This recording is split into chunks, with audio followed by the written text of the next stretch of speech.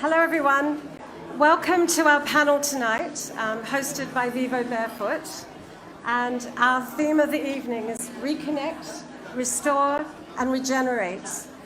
Tonight is all about how we can reconnect with nature, why we're all here at COP is really about we've become disconnected, and all the problems that have happened is because we've lost our link to what really matters in the natural world.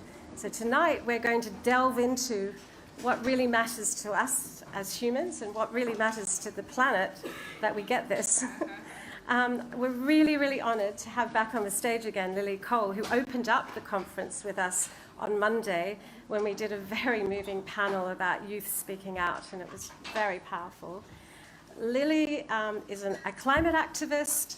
She's a major international actress, and she's also an author of an incredible book called Who Cares Wins, which is an incredibly valuable insight to possible and practical things we can all do in our lives to make everything better in our own world and in the bigger world. So I'd like to hand over now to Lily, who can't stay with us very long. She's got to leave because she's got to go into the blue zone to host something. And she's generously come and joined us first. There'll be some other panelists join when Lily leaves, but over to you, Lily. I think they've arrived. They've arrived? Oh, Atosa, are you here? Come and and they've just come back from the march. Yay!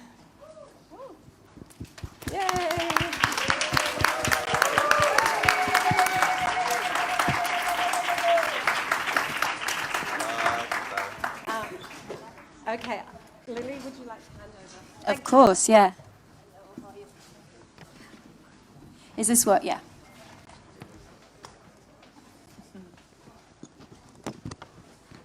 Thanks, everyone, so much for joining us. I was super excited to be asked to do this panel because, honestly, it's the only reason I'm in Glasgow right now is to try and amplify Indigenous voices. When I wrote the book that she mentioned, Who Cares Wins, I looked at lots of different climate solutions from business and technology and politics, and then towards the end of the book looked more at like Indigenous wisdom, Indigenous cultures, and what we can learn, and the kind of deeper maybe value shifts that need to happen. And hand on heart, that's where I hold most hope for real change to happen. And it's been so inspiring, this COP, to see how many Indigenous people are here. And I was on the march earlier as well, and like very serendipitously found myself amongst different Indigenous groups that were marching. And it was so heartwarming and moving to see that their presence and their words shared, because there are so many important messages we need to hear from Indigenous voices right now. And I think it's really generous, if I'm honest, given the history that countries like England and the UK have had, the relationship historically that these countries have had with Indigenous cultures. I think it's incredibly generous that so many Indigenous leaders are, and it, I guess, speaks of the urgency that they are now reaching out to us. And saying, you need our help, you need to listen, and here's what we can teach you. Or at least that's my impression of it. So I'm delighted to invite everyone on the panel tonight. I will have to rush off. I'll open out some of the questions and keep an eye on time, and then I'll slip out. So Dilma Clark is going to take over from me when I leave. Dilma is from Siberia and is the head of the Live Barefoot Fund. And I think a big part of this whole event that we're seeing this week. We have Jean-Luc Piret, who's a member of the Tunica, I don't want to get this wrong, Tunica Biloxi tribe of Louisiana, and he's also the president of the North American Indian Center of Boston. Sitting to his left, we have Veronica Inmunda, who's a Quechua youth leader from the Ecuadorian Amazon, and is the leader of youth, sports and culture for the Confederation of Indigenous Nationalities of the Ecuadorian Amazon. To her left, who's helping translate as well, is Atosha Sultani, the Director of Global Strategy for the Amazon Sacred Headwaters Initiative and the President of Amazon Watch. And last but not least, actually a friend of mine, Christian Vanazet, who's from Tahiti, French Polynesia, and has an amazing non-profit that he can tell you about called makesense.org. So maybe to open it out to begin, I would love to hear from each of you, and obviously keep it brief because we've got a big panel, but why you're here and maybe some kind of insight into the kind of I guess the learnings from your community and the Indigenous voices that you are connected to and represent, that you feel like people in COP and the kind of developed world would really benefit from knowing about and maybe even being inspired by. Thank you, Lily. Is it working? Hi, thank you so much. My name is Doma Clark. I'm coming here originally from Siberian Russia, from the shores of Lake Baikal. I hope you heard about that lake before. It's the deepest lake in the world, contains over 20% of the fresh world water, so it's an extremely unique, sacred place for us. And I was born and raised in a very small gathering, like self-subsistent farming community of less than 500 people. And I was privileged enough to study and learn and see the world, and I end up here in the West. And to be honest, this week was very profound for me. I actually never sort of, I don't know, I'm like really nervous, apologies. I actually never embraced my roots, and I always, I was professionally trained as a human rights lawyer and been in the environmental space for a while, and here we today presenting to the world our solution, how we can clean up the footwear industry. But there was this kind of big, profound change in my mindset where I kind of have come to the conclusion that in the West, or where I am right now, there always has been some sort of weird tunnel vision, all this like separation of things. We need the intersectional sort of, there is a whole interdependence, and we need to kind of move beyond and create this holistic worldview. And I think that's kind of the, this is when listening to the Indigenous voices is extremely, extremely important right now at this present moment. And we've been privileged to work with communities all around the world. And my best time in my life was in the Kalahari Desert with the San community, learning, preserving how to make the traditional hunting sandal. So that I'll stop there for now. Thank you.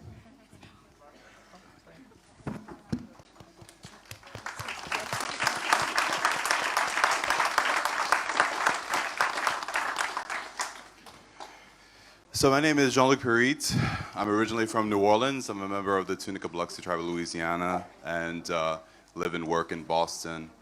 My road to COP26 actually started in 2005 when my family was displaced due to Hurricane Katrina. We lost our home, and my family had to move further inland to our traditional homelands in the center part of the state. 16 years to the day this year, our community was hit again by Hurricane Ida.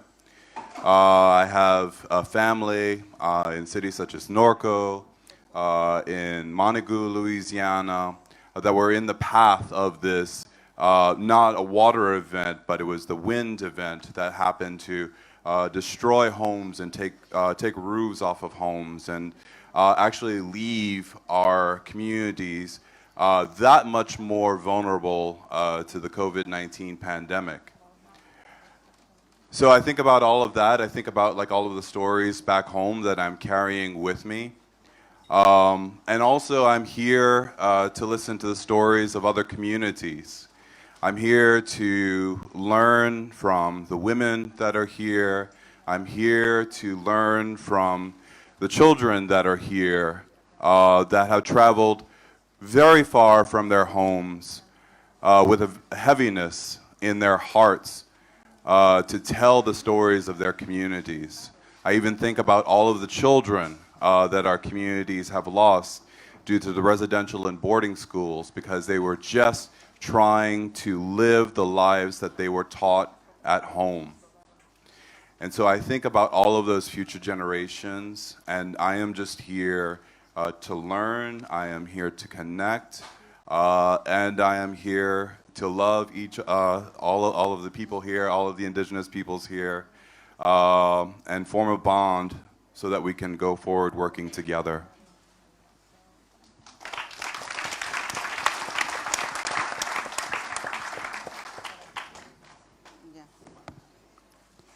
Alituta, Hatun Runaguna,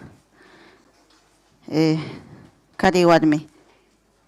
En mi idioma he saludado a todos, hombres y mujeres, jóvenes, acá. Yo vengo de la selva ecuatoriana. Vengo donde mi jaguar está libre. Vengo donde mi agua es limpia. Vengo a decir las voces de mis animales y de mi selva y de mi gente que estamos ahí en peligro. So she greeted you all in her language, Quechua language. Veronica and Munda, I am from the Quechua people of the Ecuadorian Amazon. I come from the land where the jaguars are free and the rivers are free, and that I come here representing the voice of all the creatures of the forest, all of the living things, the animals, the trees. Me siento muy feliz I feel very happy porque no estoy sola. because I'm not alone. Estoy con ustedes.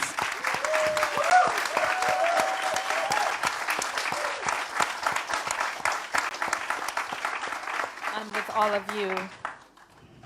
En todos los países han muerto hombres, mujeres, jóvenes, quienes estamos luchando por la verdadera lucha que es nuestro planeta, porque ella es nuestra madre, y mi casa están destruyendo, por eso estoy aquí. In many parts of the world, men, women, youth, young people are being killed for defending their house, for defending their homes, for defending Mother Earth, our planet. And that's why I'm here, defending my home. Y agradecer a cada uno de ustedes porque ustedes son un espíritu que están acá, un espíritu de nuestra madre tierra. Yo soy indígena, tal vez serás blanco, negro, pero todos somos hijos de nuestra Pachamama. Y por eso estoy muy feliz aquí. Y que se escuchen las voces de los jóvenes y niños. I'm here just like all of you are here. You are here having heard the voice of the earth herself. And that we are here to bring the voice of the earth to the world, listening to youth especially, listening to the children, listening to the future generations. Y para que entiendan mi mensaje, visiten la Amazonía. Ahí hay un mundo muy mágico, donde hay flora y fauna y animales y nosotros, culturas vivas. Gracias, estoy muy feliz de estar aquí compartiendo con todos ustedes. Pagracho. And my home, the Amazon, is this magical realm full of species, full of creatures, full of animals and life. And that's why I bring to you. I bring their voices, and I'm glad to share this place with you. And thank you for having me.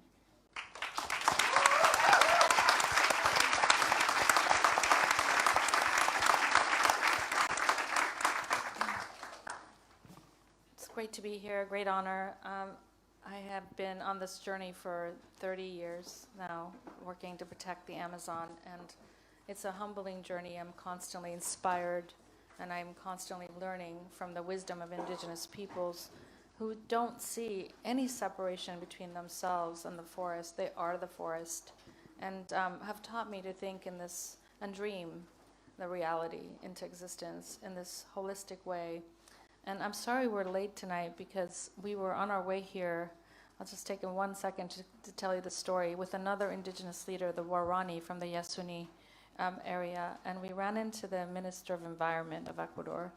And there was an interesting conversation that had to happen. And we were both in tears because she was talking about the isolated peoples, the uncontacted peoples, her own people, the Warani, in the most biodiverse place on earth, being threatened by oil drilling. What would amount to just a few weeks maybe of oil for the world would be destroying the most biodiverse place on earth.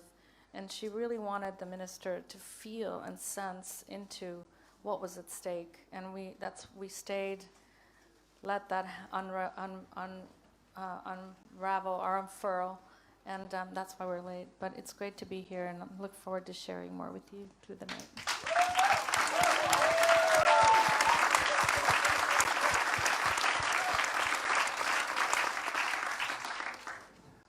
So hello everyone, my name is Christian. I come from Tahiti, French Polynesia. Do you know where it is? Yeah. It's really a small island in the middle of nowhere. There's around 250,000 of us. When I was growing up, my grandfather was a politician there, and he passed the law that allowed us to have social security and retirement, which was at the moment the main challenge of the islands. But right now, the world got a bit more complicated. You all know about climate change and the effect it has on small islands like ours.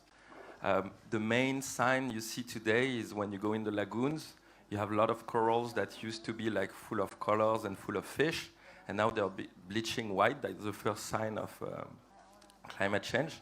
And it's something that's really hurtful because you just see the difference in only 20 years.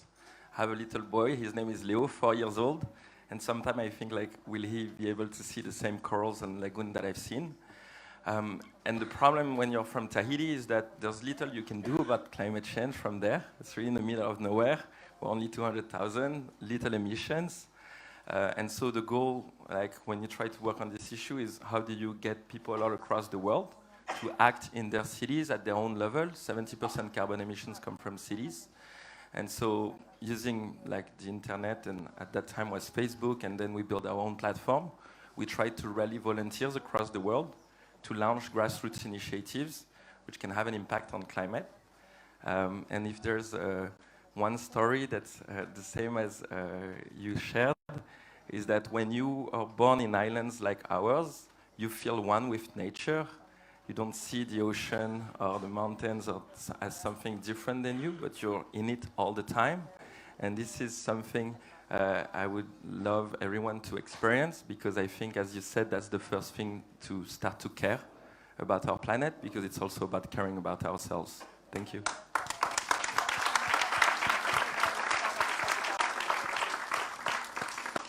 I'm going to leave now because I have to. I don't want to. I have to.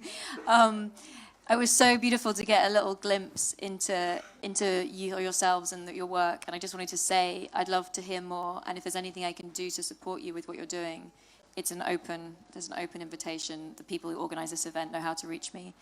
And I also want to throw that to the audience too. Hello. That for anyone in the room and also watching, we need to amplify Indigenous voices.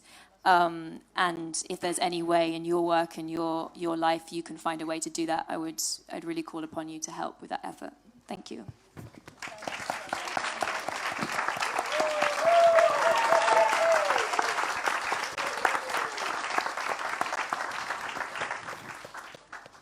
Thank you, Lily.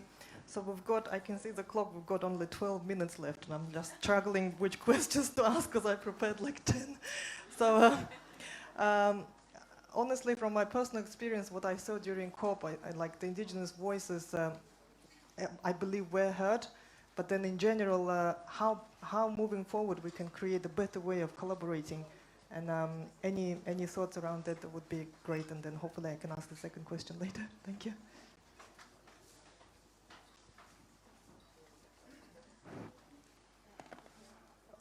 In November 2019, I took part in the Dred Scott reenactment of the slave rebellion, 1811 German Coast Uprising outside of New Orleans.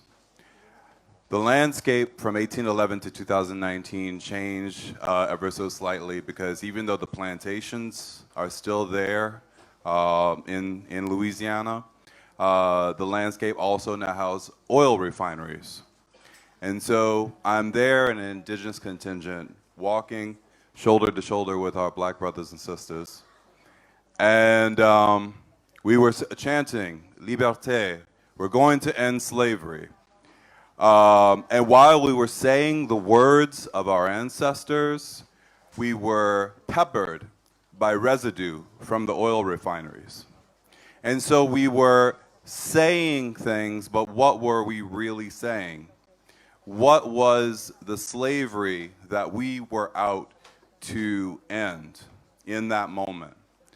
And so I think about all of that, and I think about not just, let's also be very clear when we talk about nature and connecting to nature, because we have spent centuries litigating the personhood of fellow humans. And now we are getting to the point where we're recognizing the rights of nature. And that is not going to end in a reciprocal relationship. if we're continuing these extractive systems. And so we need to end slavery. We need to end all of this. And part of it, yes, is connecting with nature, but we also have to connect with our ancestors who are buried in these grounds. Thank you.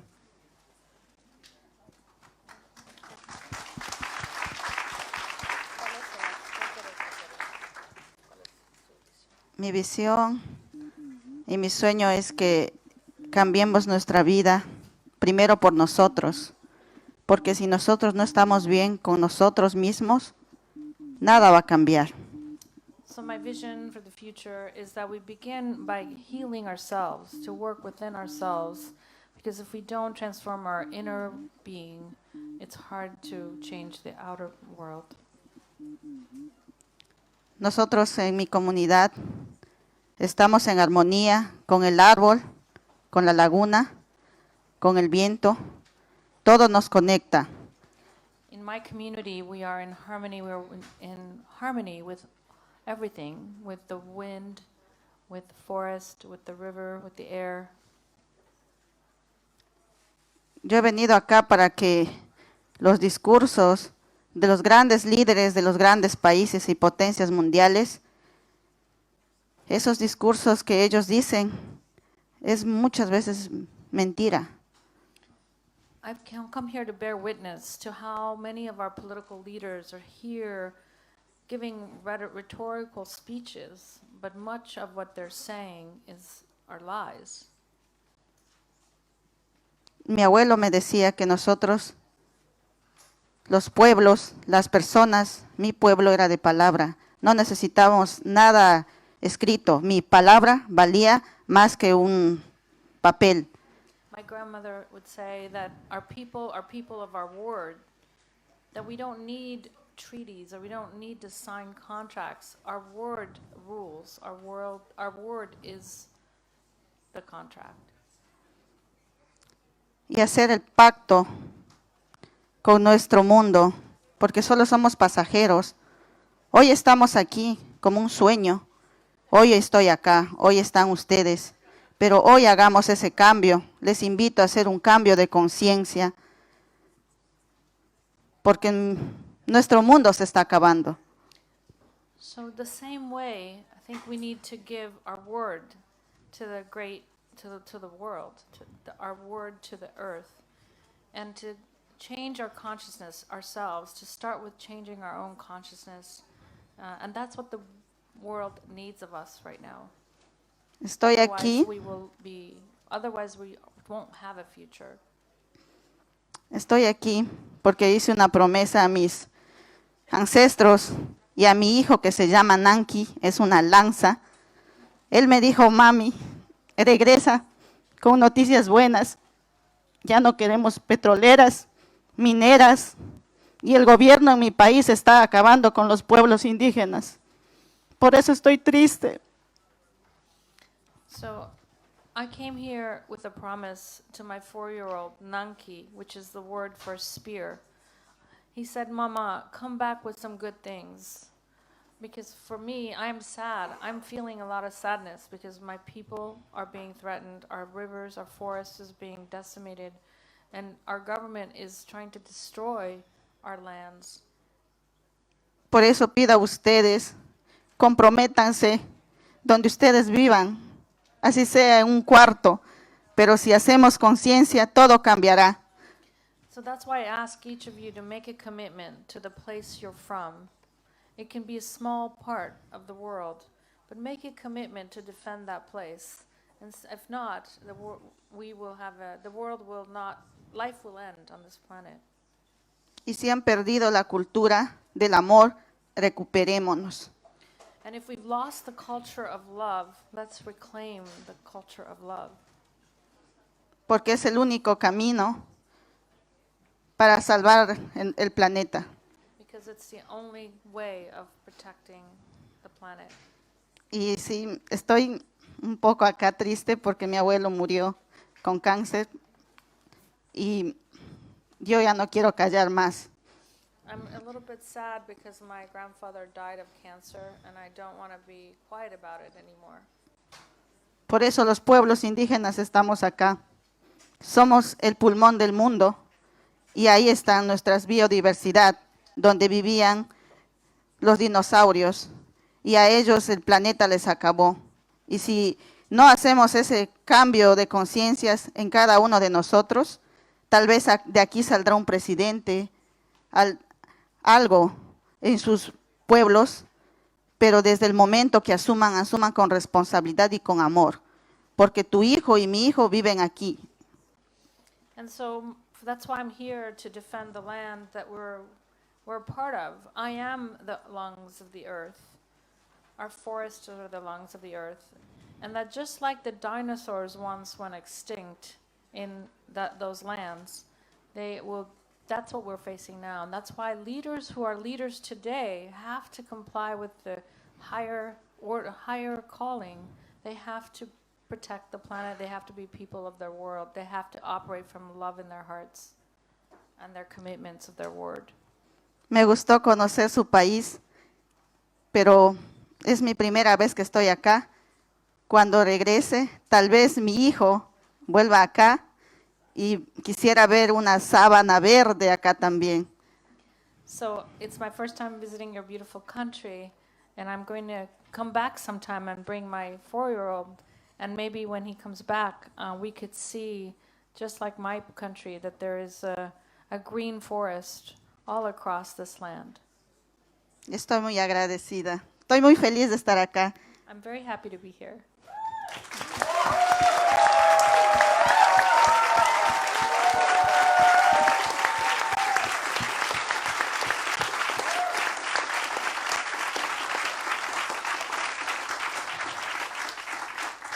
I'm just gonna pass. I feel like no, really. I feel like she said so much. I just say one thing. There's so much that can be done, and just like nature, we must self-organize to create conditions conducive to more life. That's what nature does. That's what we can learn from. And I invite you to check out sacredheadwaters.org and amazonwatch.org and learn about their amazing visionary effort to permanently protect 35 million hectares in the headwaters of the Amazon, the Sacred Headwaters Initiative. And you can be a part of this journey with us. Thank you.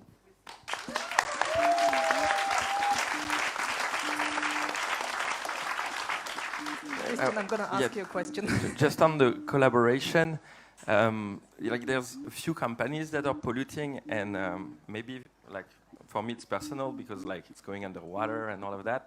But like all these oil companies, they are global and they collaborate with every government on Earth. And the problem is that we as citizens don't collaborate enough across border to fight those guys. So there's no oil in Tahiti, but oil is one of the reasons the water is going down. But if you look at it, when you try to stop an oil company, we have a campaign running against Total. It's a French oil company. And if you want to make them stop a pipeline, you have to put pressure on banks in France. But then if banks in France refuse to finance it, there's going to be a bank in Japan financing it. So then you have to connect with activists in Japan. And so what you are saying about the collaboration is that every one of us is connected to nature. It's to find our purpose. But then we're on the same team to fight the climate change. And we can't just trust our government, because when it's about your home, I mean, you can just trust yourself and your team. And so what I'm going to ask is just like more collaboration between activists. More, tomorrow, for example, at the People's Summit, there's a session especially against Total, where organizations from 8 countries come together to find how do we collaborate against these big giants that have no borders. So that's on the collaboration. Thank you, Kristen. Thank you so much. It's been an honor to be on the same stage with you all. We've got 30 seconds left. I'm just going to provide. I think there's questions, 10-minute questions or no? Can't see anyone, the organizers, sorry. But I would like to close on a very simple remark, and it's going to sound slightly biased since I'm here with our family social business, making shoes. But from our side and from my personal side, the sort of simplest way to reconnect to nature, if you haven't done it so, just take your shoes off and feel the ground. Your feet are amazing, amazing organ that's like so it deserves a lot of attention. It has like 200,000 nervous cells ending, and just connect to the ground, keep yourself centered, just reconnect with nature from the ground up. Thank you so much.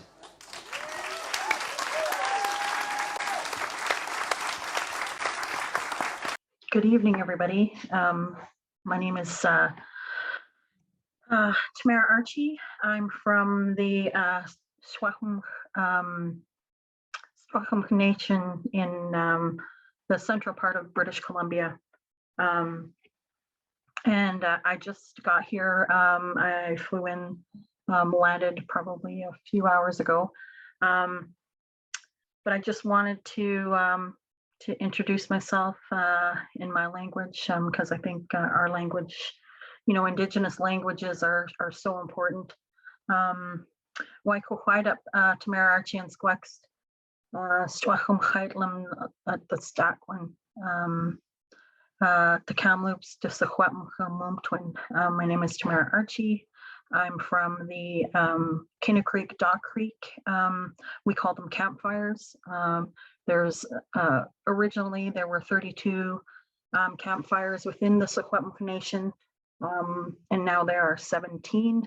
And Kinna Creek, Dog Creek is where I come from, but I work and live in Kamloops, which is the unceded territory of the Kamloops to Secwepemc. I work for a collective of 7 campfires, and we are in negotiations with the province of British Columbia. But the basis of the negotiations that we do is all about standing up Secwepemc law, using our Secwepemc, which is our language, and our Steptech, which is our tellings. And our elders always say the language is our law. And there's these places where you can't really find it in the English language, but there is that overall that connection that we talk about, that all Indigenous people talk about, and how they're connected to their land. And and the work that I do there is I feel is very important, because it's connecting, reconnecting, and recognizing the damage of the residential schools, because I'm first generation of my family not to go. My great grandparents, they all went. My grandparents, and my mother is a survivor of a residential school. And that connection to land is so important, and it's so important to spirit, your spirit, and how you walk and how you treat people. And it's so innate into relationships that we have. And in those schools really tried to extinguish that connection. And as a family, my family, my immediate family, my parents and my siblings, we did a lot of work to deal with trauma, and how that has brought me kind of full circle in my life. And now I have so much connection, and can really feel, just really feel the earth, and that relationship is so important. And when I think of climate change and how it affects, Swamulu, which is, our territory, just a couple of years ago, we had a mudslide that blocked the Fraser River, and in my community, salmon is, the main source of sustenance, and it was a main thing that we traded amongst, our tribe and also other nations. And when the water is getting lower, it's getting so warm. And I did watch, the Prime Minister speak. When he mentioned the town of Lytton, was just gone, and how much you know, the wildfire season this year has done so much damage, and you know, and what does that look like? And you know, and it's only going to get warmer. And you know, speaking to you know, our territorial stewards, you know, the ones that are out there on the land, you know, who drive it every day, and that's just it. You know, I can, you know, most of the people in government, you know, get to walk away every day, but our main connection is when we go home. And then when we come to work, we're there trying to stand up for our territory and what's happening to it. And you know, the Indigenous voices, I feel like, you know, that's why we need allies. That's why we need partnership. Because we've been saying it, you know, and it comes back to even the residential schools and the stories that came out of there.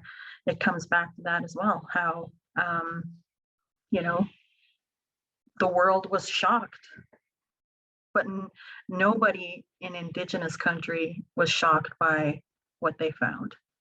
And it's the same when it comes to caretakership over our lands. You know, there's in our tribe, you know, there was burning that was done, you know, and it was done for thousands of years, and that's what kept, you know, the fuel from piling up. And now look, because we aren't allowed to, you know, do all of those caretaker things in our areas, you have these wildfires. And the traditional knowledge is so important when it comes to that. And you know, reconnecting with the young people. You know, and that's another main part of my job that I just feel is so important, is, you know, connecting with the youth and standing up our future Indigenous leaders and being, you know, and showing them, you know, this is what relationship is. This is, you know, this is how you know, how you carry yourself. These are our protocols written, you know, in our stories. And I just feel like our Indigenous knowledge is what's going to, you know, bring in that change, that tide of change for everyone. And it really is about standing up each other, you know, as Indigenous people, and reteaching what we know, you know, in our communities and in our nations. And I always talk about how, you know, I look around and I see, you know, yes, a lot of people immigrated here, or not here, but like to Canada, and now there's generations who've been born onto our lands, and part of our stewardship is to stand up our teachings. And you know, and we've created a plan, you know, in our organization of how we want to do that. And we created what we call Team Skupuchen, and Skupuchen, porcupine, comes from one of our stories. And porcupine in that story brings together Chief Elk and Chief Swan. And because there's so much dispute between them, he brings them together.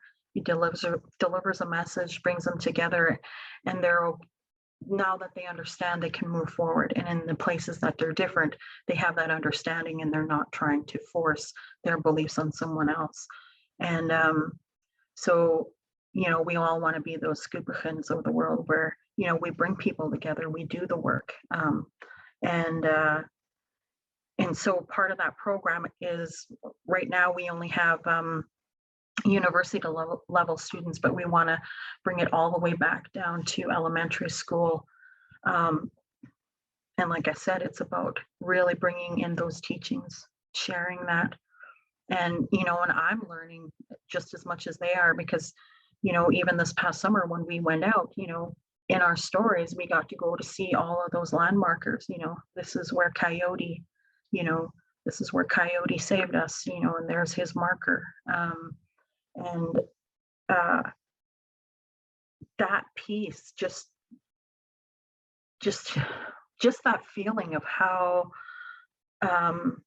much pride I had in being able to share that, and not only that, just it reawakened it in me. And I just feel the importance of our teachings. You know, we are the ones who have to stand it up, and but also, you know, our allies and our partners, because, you know, we're still being ignored a lot of the times, and we have to be the ones who also change the system as well, the way it operates, because it's so much red tape, bureaucracy, and that's the other part, the major part of the negotiations with the provinces. You know, we're taking those laws and we're teaching them, you know, and connecting them back to our stories. And so we are getting noticed now when it comes to that. And you know, we're going to be meeting with our ministers here at the end of the month, and it's all based on that telling of Scoopachin, Chief Elk, and Chief Swan, and how they came together. And that's what we want to stand up. You know, and Coyote is also known as a trickster in our culture, and so he's a part of that story as well. But he's the one who wastes time and runs around the pit house and always has an excuse of why things aren't getting done. And so, you know, we're always like, do you want to be a Scoopachin who, you know, no matter how hard it is or how trying things are, you know, you get things done, or you can be Coyote who wastes the time. And we definitely meet some of those, but more and more we're meeting people who want to work with us and who do understand where we're coming from. And I just really think that connection to each other, how we relate to each other as families, as communities, and it spreads out. And the more and more we stand each other up,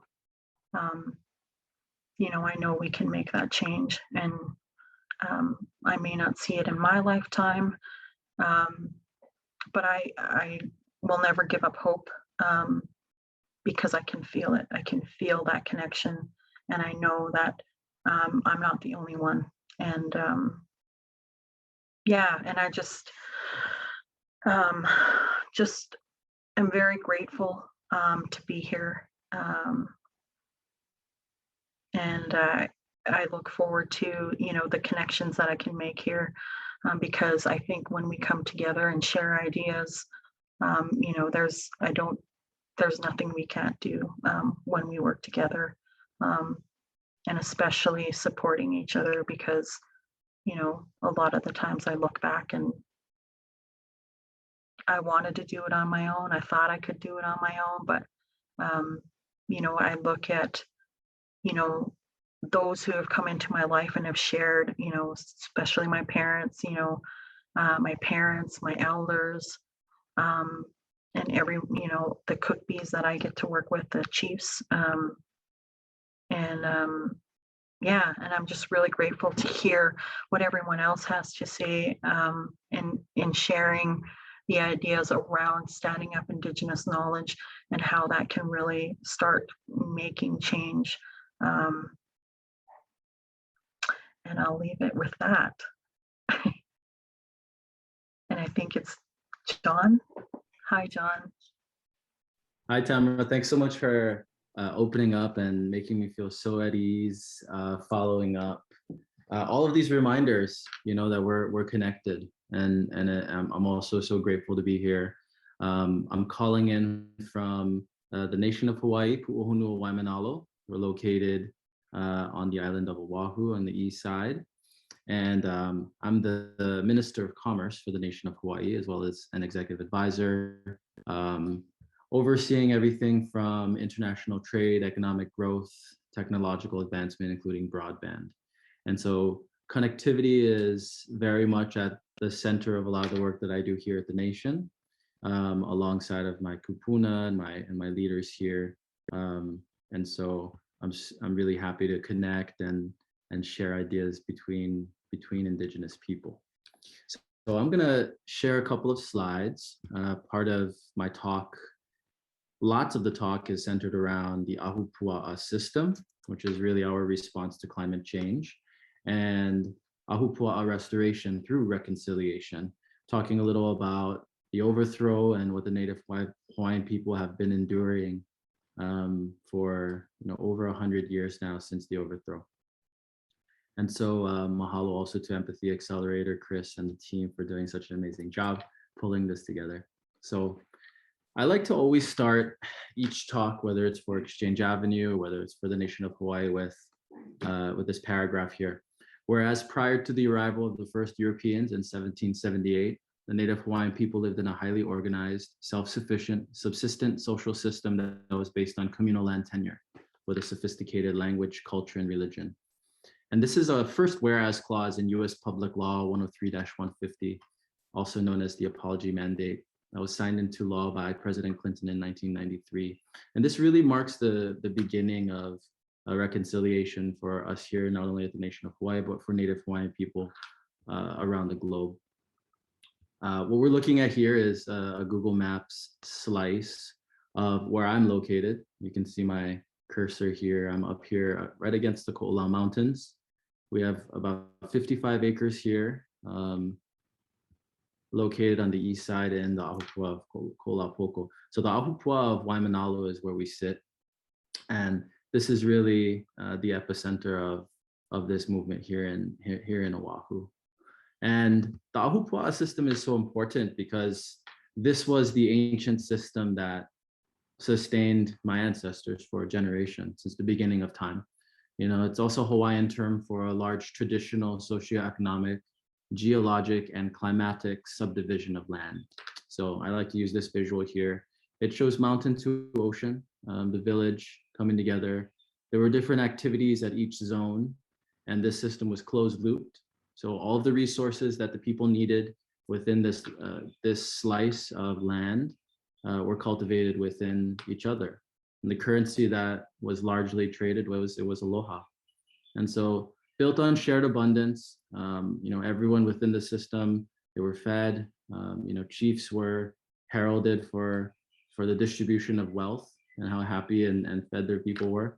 And so the restoration of the Ahupua'a system sits at the cornerstone as a center of where we begin and the work that's been done here at the nation of Hawaii.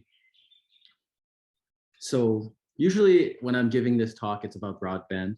Part of my background also is in technology, and I've been blessed with the opportunity to connect different land bases here, not only in Hawaii, but also exploring some of the other connectivity throughout the world in Northern California and other places. Broadband is part of the bigger new sovereignty we look at called connectography, which takes into account 3 pillars, so technology, energy, and communications. And through this framework for connecting and organizing resources, we're able to reclaim our independence and start to build through the economic independence that we're building within these pillars. And so looking at innovative, sustainable ways to transport resources to our technology pillars also serve as some of the main infrastructure that we're applying to the development that we have here at the nation and at the village. Energy is still such a big part of our operations and staying connected. It's how I'm zooming in the middle of Hawaii, all the way across the world, so that we can share these knowledge and this information, this wisdom. And then of course, communications, starting with broadband. It was back in 2019 that we launched Hawaii's first broadband community network, which is totally managed by people here at the village and citizens of the nation of Hawaii. And we currently serve up to 200 concurrent connections at any given point through fiber wireless ISP. And then in addition, COVID has been such a big eye opener for us and in really understanding the needs of our people. And I think also opportunities that, that have been presented to us through mismanagement of land and resources. And so we're really starting to grow and establish our economic base as well through the launch of an upcoming central bank And this really empowers our people and our citizens to really take back and reclaim their identity, which is our mission here at the Nation of Hawaii, is to restore, maintain, and preserve the sophisticated religion, language, and culture of the Native Hawaiian people. And so with that being said, I'd love to hand it over to Jean-Luc, I think is up next. And if you have any questions, I'm really happy to share. Mahalo. Well, thank you, John. I'm gonna set my timer here. My name is Jean-Luc Perit. I am originally from New Orleans. I'm a member of the Tunica Biloxi tribe of Louisiana. And president of the board of directors for the North American Indian Center of Boston. So the question of the panel is, and I'm going to go ahead and get a little closer here so I can keep my voice down. But I'm going to just kind of like reflect a little bit about sort of the intersection between Tamara's presentation and John's presentation. And I think like first, before we start to talk about our relationship with nature, we first have to talk about our relationship with technology, and how that is, technology itself actually has a legacy of extraction and colonial agendas, and used against indigenous peoples. However, when we actually look at examples such as John was sharing, we can see that the technology is not something only as a product of a colonial settler state. It's something that was developed by all peoples, in particular indigenous peoples. As I said, I'm president of North American Indian Center of Boston, and where I am is the homeland of the Massachusetts, the Nipmuc, the Wampanoag, and we have a valuable resource known as quahogs. These are clams that have shells that are purple and white. These shells actually get used in a couple of ways. One, in which they are actually made into beads, purple and white beads, and then get fashioned into belts. The purpose of these belts is actually indicative of treaties between communities. These are actually living legal documents. These aren't just ornamentation, but in the usage and the actual language that's embedded within wampum belts, to have like the purple beads, to have the white beads, that's actually a binary logic that's encoded into a physical piece. And then when we actually look at other uses of quahog shells, we can look at the shell middens that are on the coasts of New England, where there are thousands of years of history that are embedded within these shell middens and are currently endangered due to coastal erosion and rising sea levels. And so when we think about the quahog shells and the beads having that binary logic, we also have an example of a hard drive that is along the coast that actually stores the memories of the peoples. And so we have to actually start talking about, you know, what our relationship and decoupling that legacy of colonization from technology, and dignifying traditional knowledge as actual science. Tamara was talking about the stories about a coyote and coyote leaving his marks on the land. And I wanted to actually talk about like how social science and history, you know, it's something that we can't just cede to Western ontologies. It's something that when we talk about our traditional stories, these aren't just folk tales. These are actual history of the peoples that get repeated. They actually inform us about like what our relationship with the land actually is. And so we have to actually like say that indigenous knowledge, whether it's social science, whether it's actual math and science, it's all valid. It's something that is not necessarily taught within public schools within the United States, but our children, both in Canada and in the United States, were separated from their families, and because they stood up for that knowledge, they were lost to us in very violent ways, and so we actually it's very we how can I say it? I mean, we paid a lot for the maintenance of our traditional knowledge, and the fact that we have this opportunity within today, in which it's actually it's okay to be Indian. That's something that wasn't accepted in my parents' generation and my grandparents' generation.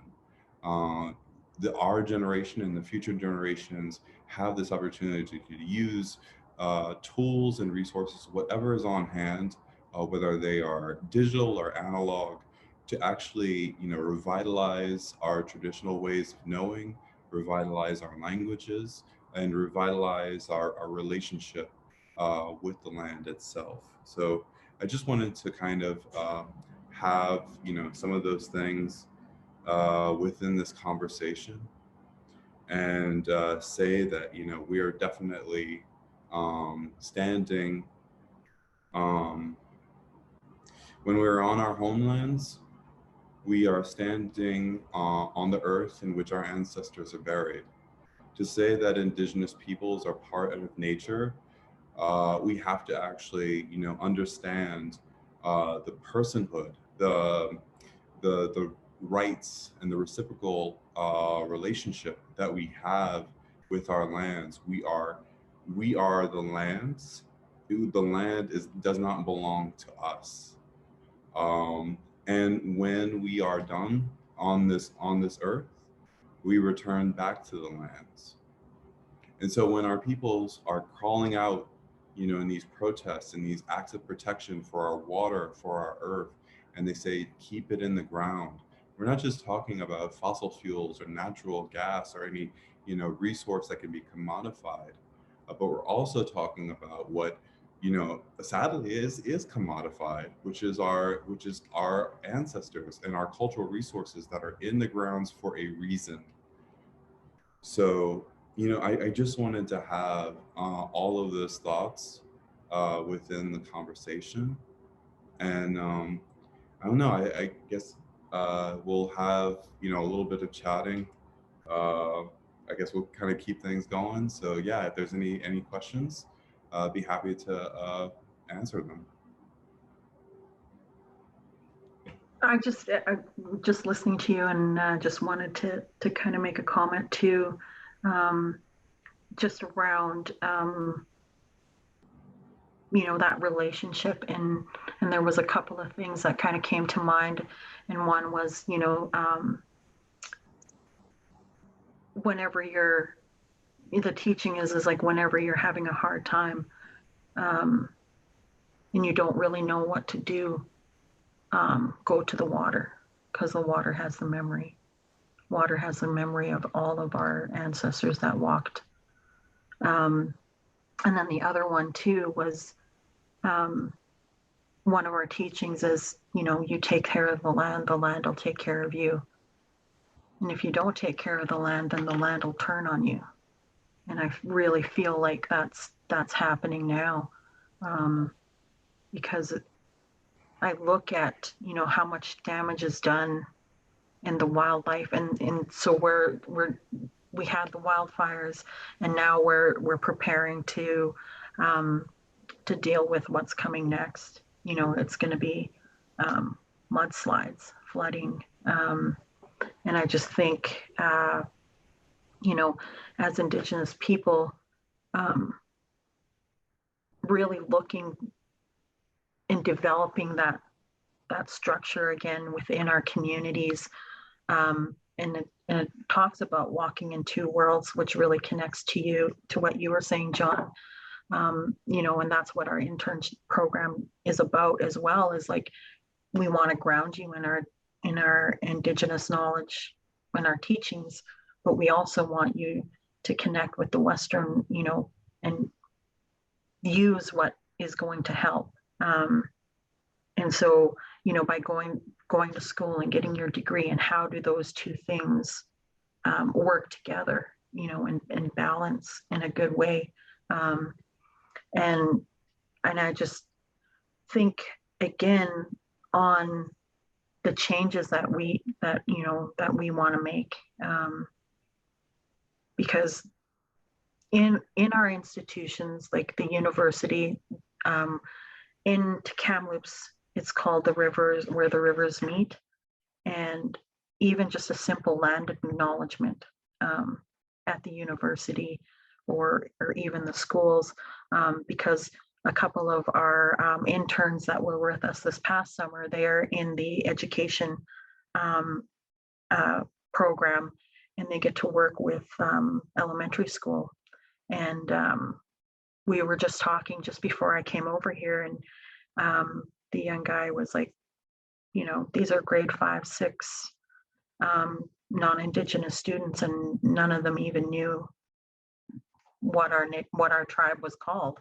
And that's kind of like that place where we can make that change, and just seeing it in him and how excited he is. And he, went to that classroom and taught our stories, to a largely, I think he said there was only one Indigenous student in there.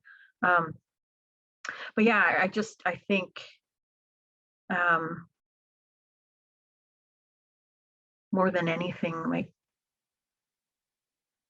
that connection, and how we stand it up every day just as individuals, and teach that to other people.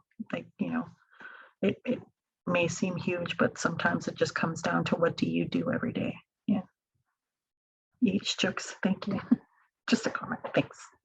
I want to add something to this relationship with the Aina, is what we call it. On the panel before this, we were all taking our shoes off. I went outside and stepped, just as a reminder that we're all connected again. Being isolated, like many Indigenous people are out here in Hawaii, we're pretty used to social distancing, and so it's leveraging these types of technologies while remaining grounded in our traditions is how we are able to flow and move with the current of the world.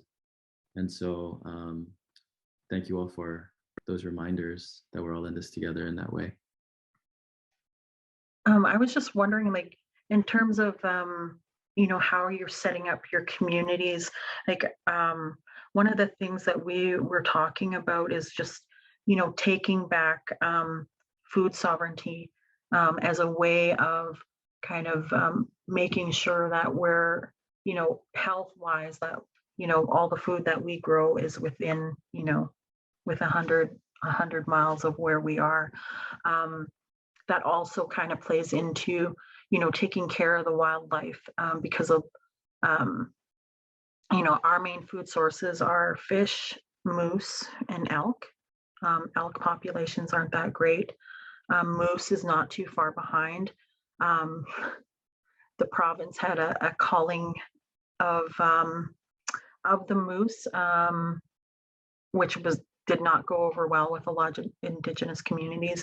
And then our salmon are being threatened. And so there's like all of these different pieces, and just wanting to hear comments from what you guys are doing in your communities in terms of food sovereignty. Yeah. I can speak to that from some of the tools that we're working on building help to distribute resource, mostly food, especially during the pandemic. We saw a big fracture of a lot of our distribution supermarkets between farmer to farmer distribution systems were fractured. And so the community had to really pull together to create technologies that allow us to connect us.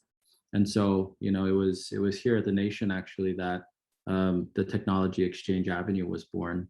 So it was really meant to be this digital Ahupua'a that's a portal into these ancient economies. And what we've seen is that it's really been awakening a lot of Native people who are utilizing the app to remember the canoe plants that the Native Hawaiian people sustained on for generations. You know, our principal crop here is the kalo plant, which is a crop that is resilient, and we eat the entire plant. You know, and it's our ancestor as well. And so from Haloa we come, and the kalo plant, it really is like at the center of that diet and realignment with our identity through nutrition and through literally through the aina. And so it's taking those ancient wisdoms and remembering how healthy and empowered people once were and still are. Yeah, I think definitely as a response to the pandemic, especially thinking back home, the pandemic plus the devastations from these superstorms. I think that we've definitely seen the systems of mutual aid coming through, but also we have a project through the Balbancha project. I mean the Balbancha Collective, excuse me, in which traditional medicine keepers are able to cultivate the different plant medicines that we were able to have within Southeast Louisiana, and actually provide that to the community to make sure that people were staying healthy and alive.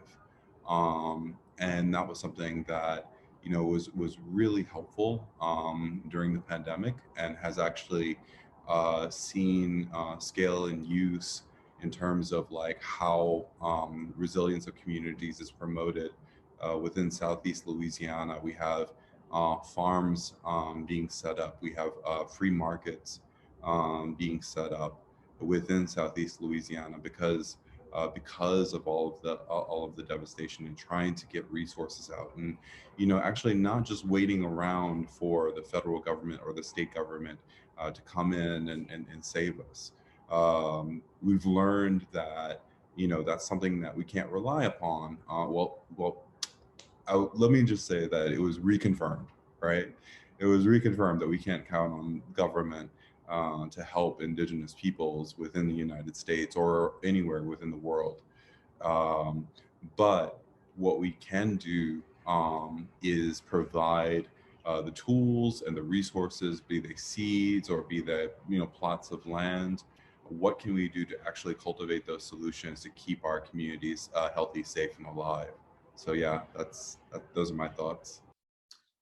Chris asked me to talk a little bit about the meaning of Hawaii or aloha. I can go a little bit deeper into that. Aloha is a word a lot of people know of, you know, as meaning hello or goodbye, you know, and really represents the spirit, the aloha spirit, the spirit of Hawaii. It breaks down. Alo is present or in front, and ha is the breath. And so aloha is translated into the presence of divine breath. And so we use it as a greeting. We embed it into the spirit of everything that we do here. And so, you know, a big part of this also is some of our kumu, like Auntie Pilahi, Paki, and her approach to breaking down the key tenets of aloha by letter. A being akahi, so the Hawaii meaning, it means kindness and to be expressed with a feeling of tenderness. L in aloha is lokahi, meaning unity, to be expressed with a feeling of harmony. O is olu olu, meaning to be agreeable and expressed with feelings of pleasantness. H, ha'a ha'a, and meaning humility, to be expressed with a feeling of modesty. And A, the last letter in aloha, is ahonui, meaning patience, to be applied with perseverance. And so, you know, following these key tenets and keeping in mind the spirit of who we are helps us to, it guides us toward restoring and reclaiming. So thank you for letting me share that. I can kind of build off of that that reflection on greetings, because within our own community for Tunica, We have sayings such as like Ahupua'a, or every time I'm on the phone with my mom, we say like Hatika Aniake, which is like I'm going to speak to you again. And we don't have that sense of like goodbye. We don't have that sense of like this is the finality of us having, you know, having like talking or seeing each other. So you know, and whether that's within this world or it's on the next world. So we have like that continuance within ourselves, within our communities. I was in a session with Alaska youth yesterday, in which they were talking about sort of being confronted by settlers saying that, you know, how does it feel as youth? You're sort of the last generation to actually practice your ways, and you know, of course, the rage from those youth to be like, how dare you even ask me that? But I think, you know, what gives me hope is in that sense that of our knowing, in that, you know, there is no finality, that we will continue, because our knowledge is something that comes from the land in which we're on, the systems that we're a part of. So those systems continue whether we're here or not. So our knowledge will be embedded within the trees, within the animals, within the waters, within the rocks. So just very grateful to share this space. Yeah, so yeah, I just want to thank you both. Thank you both for your words.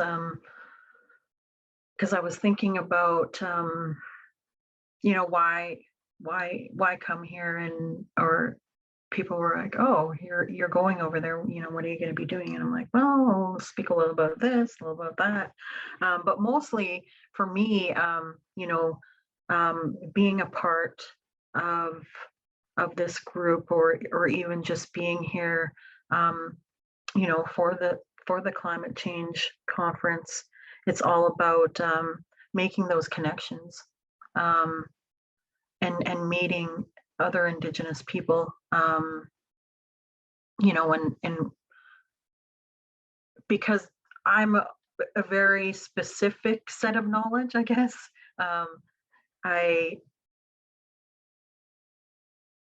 I guess I was kind of like, I don't know what I have to offer, but but at the same time, it's like I know I'm connected. I practice my culture. Like this year was the first time I've tanned a hide, which is a lot of hard work, but I know I'm grounded in that way. I know who I am as an Indigenous woman, who I'm connected to, who I can go to for teachings, and for me, I want to be able to share anything good that I have, especially in terms of standing each other up. And so, John, I'm actually going to be meeting with a couple of young women from, I'm not exactly sure where, but I know they're from Hawaii. And they tell me all the time, but I can never remember. But that's a part of it, is like, they've seen what we've done with our intern program, and that's what I want to share, is, you know, I'm willing to work with anybody and just show them, you know, what they can do. You know, this intern program isn't just mine. Yes, it's geared to the Secwepemc, but only because I am Secwepemc. But I want to be able to share it with other nations, so that they're standing up their youth and what it looks like to walk in two worlds, and how we applied it and what we learned. And especially, you know, when it comes to, like you were saying, you know, you have, you know, when you break down the words in your language, and like, and it's I feel like that's such a common thread with all of us as Indigenous people, is that, you know, they're in our language, it's not goodbye. They say goodbye for the non-Indigenous to understand, but it means, you know, I'll see you again, or until I see you again. And so much being connected to not just this world, but the other world. And before I came here, this was probably a few weeks back, I had this dream, and in that dream, all of my ancestors were there, and they were singing this. They were singing a protection song. I think I could remember it, but I'm like, but at least I know I can have that. You know, I can just ask for it again, and be like, hey, I didn't quite remember, but you know, like for me, I always think just that sharing of how we can stand each other up and just meet. And I always pray, you know, what's the next thing I need to learn? What's the next thing I need to share? And for me, that's one of the things that I want to come out of this trip, is to make as many connections with Indigenous leaders as possible, so that we can support each other and you know, and share knowledge with each other, and especially around technology, John. I'm like, Yes. I think that's really cool. Like our reserve, I think, just finally got Wi-Fi. It's not very good, but you know, those kind of things, like, just, yeah. Anyway, I tend to ramble. I'm kind of tired, and so I'm going to end it there and just be like, you know, that's my goal, is to meet as many people so that we can share knowledge and you know, move forward as Indigenous people by supporting each other. Yes, Chucks. Mahalo so much for that, Tamra. I don't ever think that anything you have to share, your wisdom, is not valid or significant. I thought it was the perfect foundation to really round out this presentation. I want to thank, on behalf of the nation of Hawaii, Uncle Bumpy, our entire team of delegates around the world working hard to build up the economic sovereignty of our people here at the nation of Hawaii. And for us, we want to share about the Ahupua'a system as a model for for a way to sustain and help to heal Mother Earth, and to also continue to connect, improve the connectivity that we have between Indigenous communities, and continue to share and thrive together. So mahalo to you folks for your time and mana'o today. And in Hawaii, we say aloha. We also say ahui ho, which means until we meet again. And so mahalo. Mahalo.